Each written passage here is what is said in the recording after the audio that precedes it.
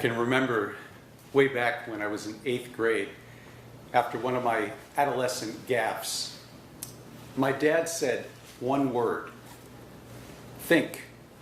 As in, think about what you're doing before you do it. He went on to say that maybe I should hang that word someplace in my room, just like he had seen the slogan prominently displayed in the offices of IBM computers. In today's reading, St. Paul, like my dad, has one powerful word for us to think about, and that word is love. St. Paul begins by challenging us to strive for the greatest spiritual gifts, but he quickly lets us know there is more. He lifts up the gifts of speech, prophecy, knowledge, and generosity, even to the point of bodily suffering. And for each one, says that it must be combined with love for us to be fulfilled. Maybe you've heard this reading from St. Paul at a wedding, most likely if you're like me, picking up more on the second part that begins, love is patient, love is kind. But what strikes me today is the reality of St. Paul's teaching about the need to combine our talents with love.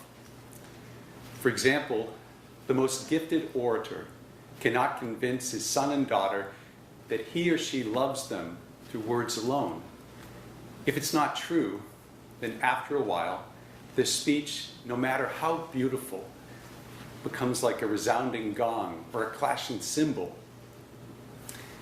At times we lose track of the central element in our lives, and we start to love our gifts or abilities more than those that they are meant to serve. But these gifts are both partial and temporary. And this is what Paul is getting at when he talks about prophecies being brought to nothing, tongues that cease to work, and knowledge that is brought to nothing. And why he says, love never fails. When I hear these words, I think of a family friend, Mr. Bossy, who lost his ability to speak after a stroke.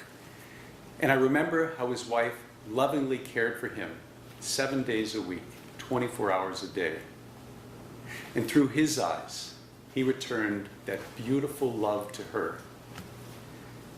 St. Paul is right. Here on earth, we can only know partially so many things. But what we can believe amidst all the changing of life is that faith, hope, and love remain. And the greatest of these is love.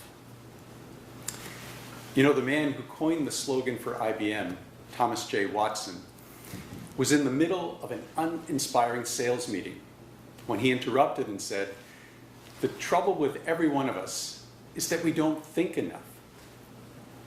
My brothers and sisters, St. Paul has powerfully interrupted us to say that our trouble is that at times we don't love God and each other enough. Something to put not only on our walls and screensavers, but more importantly, to put prominently in our hearts and in our minds this day. May God bless you and your families this holy day as we seek to think and to love God and one another more deeply, as St. Paul reminds us.